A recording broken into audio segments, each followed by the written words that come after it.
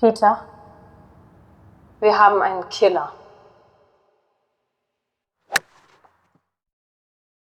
Carol, hast du den Ball gesehen? Hervorragend. Einer aus 1000. Mr. President, es gibt ein Problem. Sehr ernst. Krisensitzung. Sofort. Carol, was kann so wichtig sein? Loch 18. Präsident hin oder her? Mr. Das President. nervt.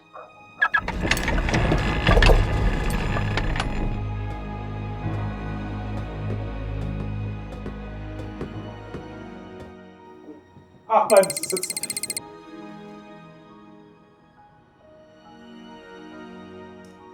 Was haben wir denn jetzt? Gestern Nacht ist in einer Sternwarte in Chile ein Komet entdeckt worden. Die Berechnungen zeigen, dass er direkt auf die Erde zurast. Aber bevor ich das erkläre, wir haben Dr. Sam Hannigan in der Videoschalte. Sie hat diese Entdeckung gemacht und kann aus erster Hand berichten. Doktor, bitte. Danke, Carol. Guten Tag, Mr. President. Oh, eine echte Wissenschaftlerin. Ich habe ja auch schon mal was erfunden. Und zwar die Schminkpistole. Für die selbstbewusste Frau, der die Schminkflinte zu unhandlich ist.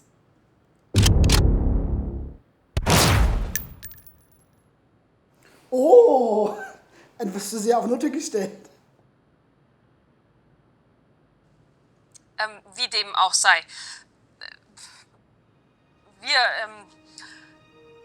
Wir haben einen echten Killer. Der ist riesengroß. Und unseren Berechnungen nach, die wir wirklich ausführlichst kontrolliert haben, wird Sam 23 am 15. Oktober 2035 um 15:43 Uhr etwa eine halbe Meile östlich von New York City einschlagen. Alles im Umkreis von 30 Meilen wird vernichtet. Verstehen Sie das? Mr. Präsident, Sie kennen doch den Film Don't Look Up. Ah ja, So, nur in echt. Jennifer Lawrence, die war heiß. Ja, ich habe schon verstanden. Komet schlägt ein, 2035. Aber Sie kennen doch alle den Film Armageddon. So machen wir das. Verteidigungsminister Huber, bitte gleich loslegen, dann haben wir es. Ich bin dann wieder an Loch 18. Sir, yes, Sir, wir haben das sicher was im Arsenal. Ich muss das mit meinem Stab Mr. besprechen. President, bei allem nötigen Respekt, aber es gibt keine Uns bekannte Technologie, die diesen Riesen im All bezwingen könnte. Aber es gibt eine Lösung, wie wir den Schaden möglichst begrenzen können. Ich habe da was durchgerechnet.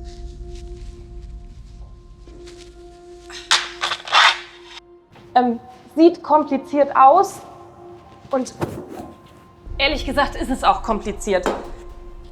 Zunächst einmal, die Erdrotation ist nicht konstant.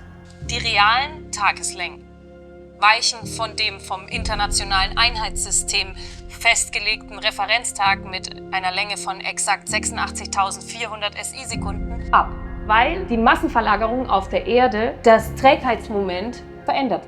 wodurch wiederum die Rotationsgeschwindigkeit der Erde verändert wird. Und genau diesen Effekt können wir uns jetzt zunutze machen.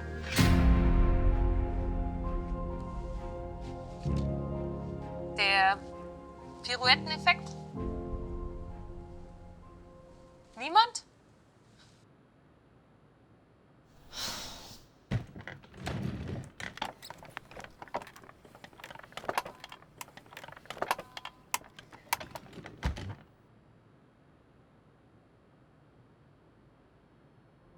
Bleibt Biomasse auf der Erde näher am Kern, so dreht sich diese schneller. Und welche Masse verlagern wir seit geraumer Zeit vom Erdkern in die Atmosphäre? Richtig, Kohlenstoff. Wir haben 12 Jahre Zeit.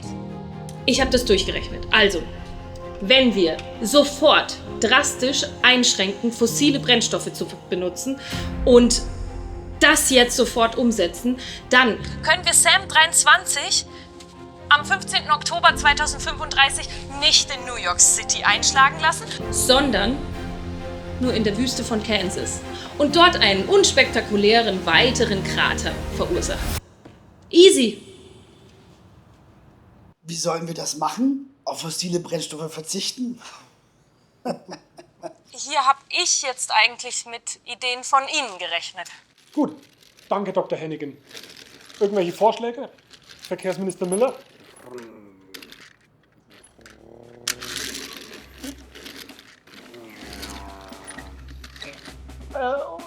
Ich war gerade beschäftigt. Ach so, ja, CO2 einsparen. Ja, wir sind ja hier im Verkehrssektor, da ist das ja erfahrungsgemäß immer eher ein bisschen schwierig. Ja, so das Tempolimit, ja, das wäre eine Sache, aber da haben wir einfach zu wenig Verkehrsschilder. Oh, Charlie? Ja? Das Schilderlager ist schon wieder überfüllt. Ja, dann bauen Sie doch endlich an. Ich kann jetzt nicht, danke. Wo war ich stehen geblieben? Entschuldigung. Ach ja, die Leute mögen es halt einfach, auch wenn sie das Motorgeräusch des Boxermotors hören. Und ja, wenn sie forciert durch den Verkehr gleiten können. Ah ja. Und außerdem zeigen Studien ja, dass die Leute einschlafen, wenn sie zu langsam fahren. Und wenn es weniger Verkehrstote gibt, ja, dann verursachen ja auch mehr Menschen CO2. Das hebt sich ja dann quasi wieder auf. Und ja, außerdem, Mr. President, wo Sie gerade da sind, wir sollten dringend diese Klimaaktivisten einsperren. Und außerdem sollten wir das 49-Dollar-Ticket erhöhen. Denn unsere Autobauer, die haben sinkende Umsatzzahlen. Guter Mann. Dann geht das wohl alles nicht. Energieminister Tucker?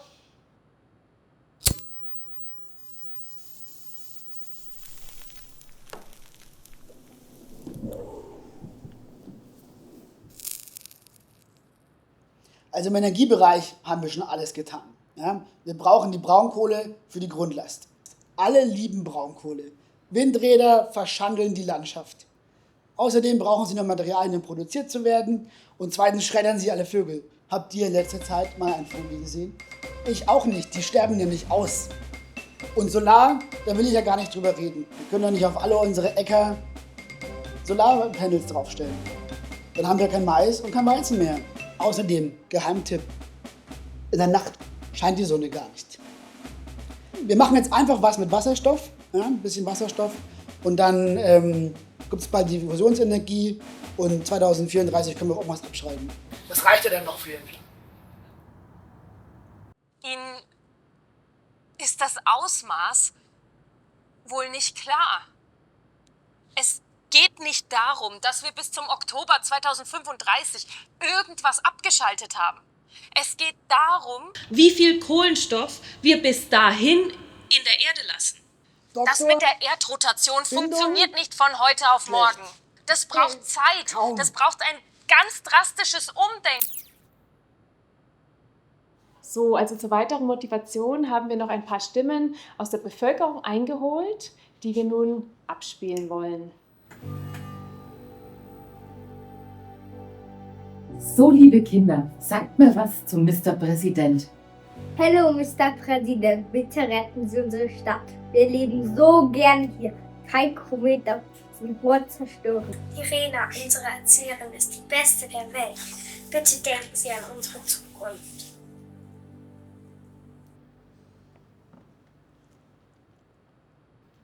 Nein, Sir, Sie dürfen noch nicht wählen. Der Komet zerstört meinen Ort und macht meine Stadt kaputt.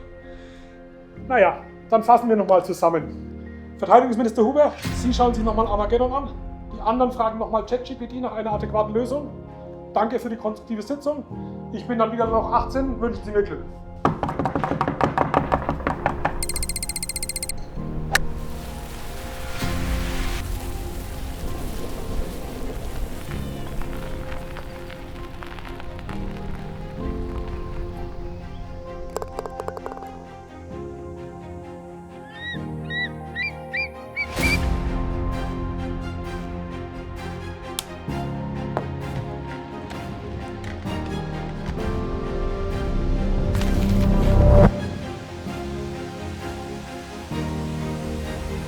Oh.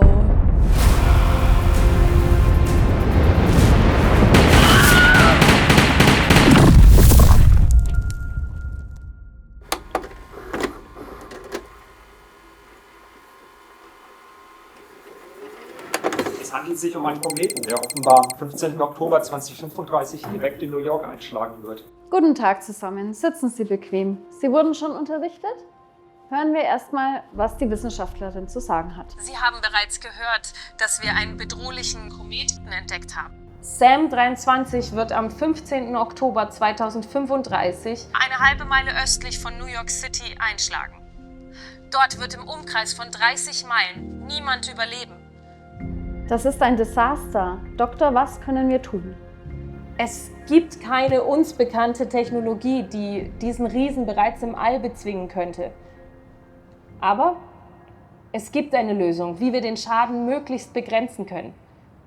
Ich habe da mal was durchgerechnet. Sieht kompliziert aus? Ist es ehrlich gesagt auch. Zunächst einmal, die Erdrotation ist nicht konstant. Das heißt, die realen Tageslängen weichen von dem vom internationalen Einheitssystem abgeleiteten Referenztag mit exakt 86.400 SI-Sekunden ab. Klar, bei Massenverlagerungen auf der Erde das Trägheitsmoment dieser beeinflussen, verändert das auch die Rotationsgeschwindigkeit, der Pirouetteneffekt. Genau. Und diesen Effekt können wir uns zunutze machen. Verstehe. Wir verlagern seit Jahrzehnten Masse aus der Erdkruste in die Atmosphäre. Fossile Brennstoffe. CO2. Wenn wir das stoppen, können wir die Rotationsgeschwindigkeit der Erde so beeinflussen, dass der Meteoroid nicht in New York, sondern weitaus westlicher in der Wüste einschlägt. Sam, Sie sind ein Genie. Team, was können wir tun? Ich habe da eben schon einen Gesetzesentwurf für ein Tempolimit. Damit können wir sofort und ohne weitere Kosten schon mal jede Menge CO2 einsparen. Und danach werden wir auch noch den weiteren Ausbau des ÖPNV-Netzwerks veranlassen. Und wenn wir jetzt gleichzeitig die Diesel- und Kerosinsubventionen streichen, dann schlagen wir 2 Fliegen mit einer Klappe und haben sofort die benötigten Mittel. Ich habe schon eine Kampagne aufgesetzt, um den Ausbau der Photovoltaik zu fördern.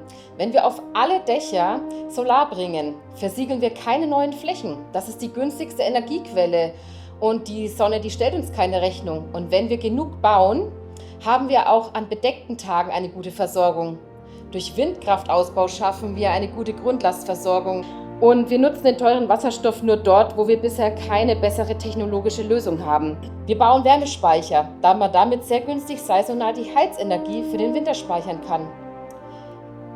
Vielleicht kann die Technologieministerin noch was unterstützen? Ja klar, wir werden weiter an E-Fuels, Fusion und Batterietechnologie forschen und vielleicht kommt auch irgendwann der große Durchbruch in der Carbon Capture Verfahrensweise und wir können CO2 aus der Atmosphäre wieder einlagern. Dafür müssen wir ausbilden und forschen und ganz wichtig ist nur, dass wir nicht warten, sondern mit den Mitteln anfangen, die wir jetzt sofort im industriellen Maßstab einsetzen können. Prima. Und was sagen unsere Kinderminister zu diesen Vorschlägen? Das sind tolle Ideen. Wir befürworten alles, was diesen Wandel unterstützt und sorgen für Mehrheiten in den Kinderparlamenten. Und Bildung in den Schulen, um noch bessere Fortschritte zu machen. Und nebenbei retten wir dadurch nicht nur New York, sondern die ganzen Planeten. Ja, ich habe ja auch schon Sondersitzungen des Parlaments für die kommenden 2 Monate organisiert, damit wir hier schnell zu Ergebnissen kommen und die Finanzmittel entsprechend für die Maßnahmen bereitstellen können. Außerdem habe ich heute Vormittag schon Cupcakes gebacken. Super, vielen Dank. Team, wir schaffen das. Lasst uns keine Zeit verlieren.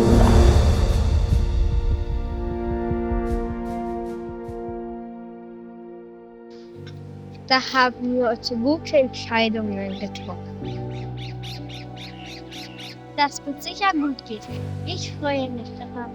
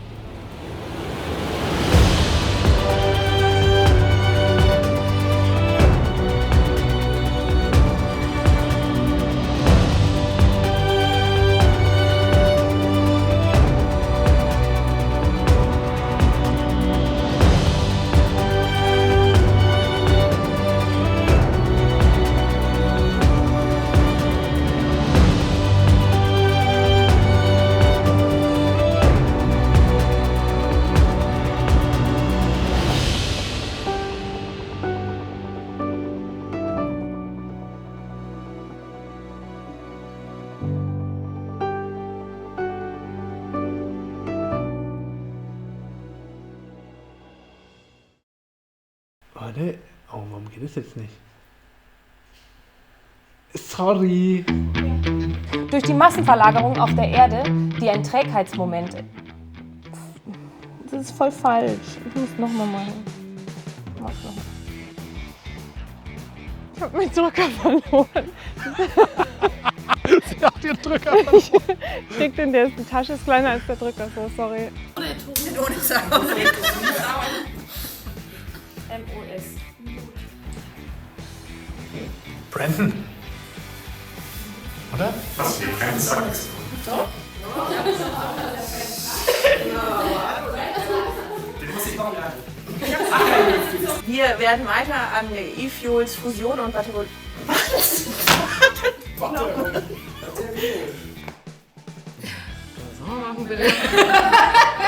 Und wie machen wir das? Fossile Energiestoffe einsparen?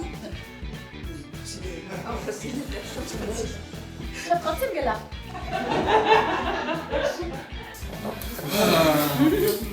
Das ist alles so anstrengend. Ja. Wie sind wir denn im Zeitplan?